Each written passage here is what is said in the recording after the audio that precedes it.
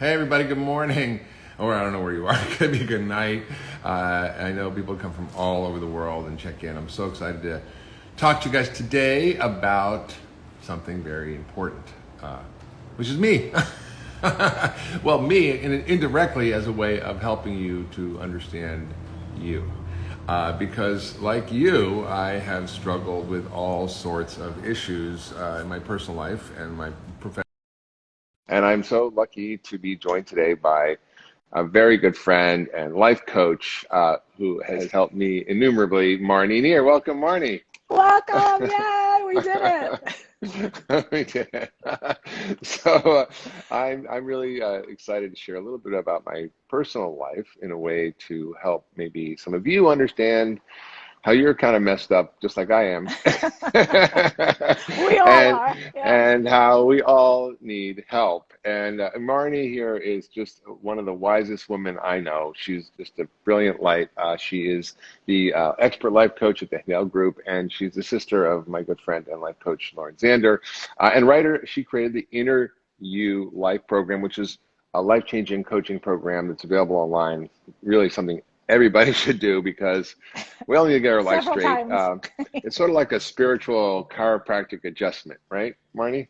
Yes, at the very least, right? Emotional, spiritual, Yes, at financial, your own pace. every which way, right? Yes.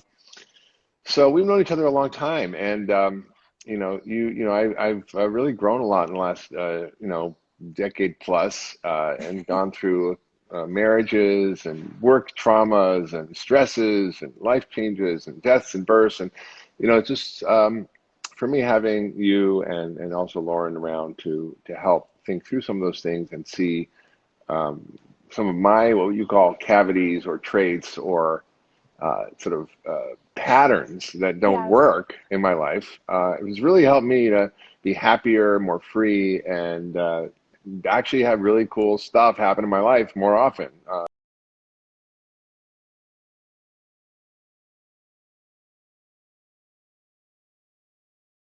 Spiritual, physical, mental, emotional integrity.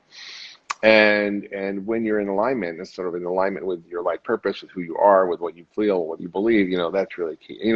My favorite quote is, I don't know what the beginning of it is, but it's something like, you should somehow change the fact that, if you want to do something and your heart says no and your mouth says yes, that's a problem. Yes, we know that one well. and I have that one. We suffer that one. Yeah. So, Marnie, you've helped me with some really big things. I really, I sort of want to sort of explore some of the things that we talked about, and one of them was sort of a personal thing I'm going to talk about in my kind of marriage that ended about 10 years ago. Was I was always the giver and the doer and the people pleaser and the helper, and so that's my job, right? I'm a doctor, so I'm always helping people.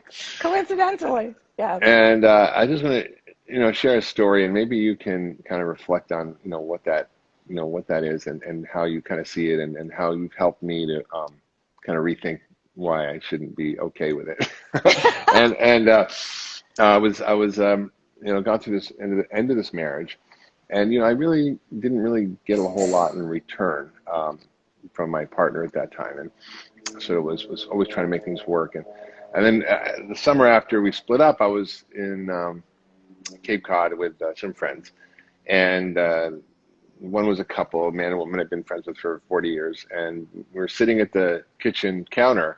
And his wife, my friend's wife, just says, "Hey, you want me to make you a sandwich?" And I was like, "What?" Really? And I just started crying because like I couldn't believe someone would actually make me a sandwich, which is kind of pathetic, actually.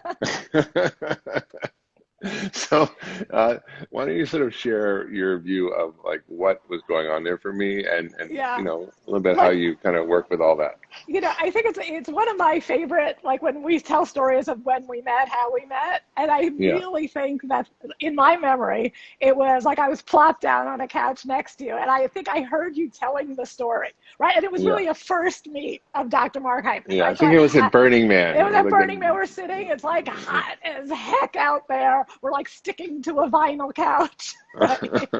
Like all dusted. And he's sitting with my sister Lauren and just like, come over and meet Mark. So I like sat down and I'm listening to the story. And look, yes, I was blown away with, it was like wild to hear it. Cause it's like, yeah, like this man, right? Like I know who this man is, right? We've all heard of him, how much he's done like on the planet already, right? And he's in like, she made me a sandwich, right? And he was like so moved by how, and my mouth just kind of dropped off. And part of it was because I could so relate. Like it was an instant fell in love with Mark at that moment because he was me, right? Like it's so easy to hear someone else be pathetic and you never realize your own patheticism, if that's the word, You're like, oh, right? To yeah. hear it Yeah. come from someone already great.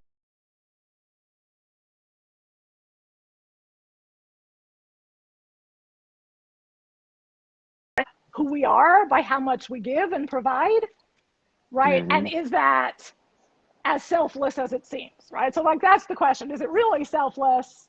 Or is there something suspect about we people pleasing nice yesers that over yes and take care of others way more than we do ourselves? Right. Like we put everybody first. So like doctor, you're like, he was like bored, like it's all he does. Right. Right? Right. Right? It's like a given, and it's where he gets his juice from, except you're like, wait, are you like fully happy in your life? Are you taking care of you? Or are you putting other people's needs before your own? Are you Hmm. asking for a sandwich? Is it easy to ask for a sandwich? And the answer, as we're sitting stuck to the couch, for Mark is no. Like No. he's No. surprised, shocked, and like feels loved by someone providing a sandwich, but never asked for one. Yeah. I Right? mean, it's true. And I really, I think you get my value from serving others. And I had this idea and story in my head that it was, it was a good thing. Um, but I also realized that I was often saying yes when I meant no. Yeah. And I wasn't really doing things completely altruistically, that I think there was sort of a part of me that needed sort of external validation that sort of drove me to overdo and over please and over, you know, kind of fix things.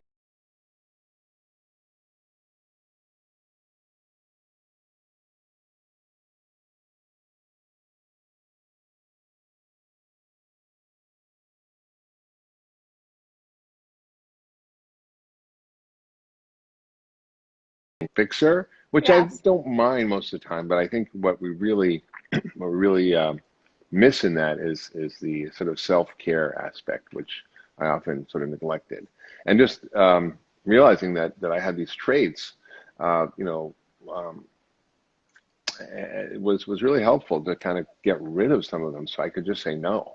Yeah. And I think, no, what I read once that really successful people um, are really good at saying no, Yeah. and really good at focusing on what their intention is, whether whether it's like I was talking about Tom Brady, and he's really good at this. Like I've seen him do this, and he's like get asked all the time, but he focuses on football, Right. his family, and his project, which is TB12 Sports, which is essentially a rehab athletic training kind of program, which actually helped me a lot. But like that's all he does. Like Yes.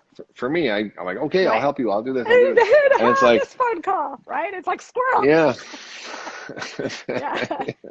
Yeah. And then I think the interesting part about we people pleasers, right? Because it really, like most people, truly think it's that we're too kind, right? You're just such an over giver, right? Hmm. And like we think it's not as actually sneaky as it is. Right? Like Yeah. we Well, never that's look at that there's a dark side to people yeah. pleasing and putting Yeah. yourself as a two to other people's one. And what Yeah. does that provide? Right? Because I Yeah. really I started to discover that that I really want people to like me more than I have to like them, right?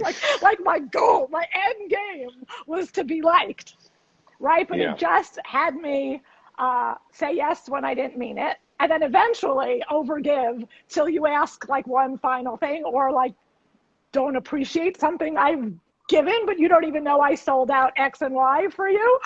You have no, so it's like a complete setup for I could always come back and get you. Right? Mhm. Should you ever question what I did? So Yeah. I started to see that there's like a dark side to it. And then what also, like through Handel method and through starting to make the right promises that make sure you say the right yeses and the right nos and really take care of yourself. Like you have to put yourself first, or you're not going to be a great doctor if you don't go take care of you, right? You're not going to fully be yourself if you're selling out you. So I always need a bunch of promises, and the promises that I drop out first and foremost are the Mm. ones for me. So you make a promise to yourself, I'm going to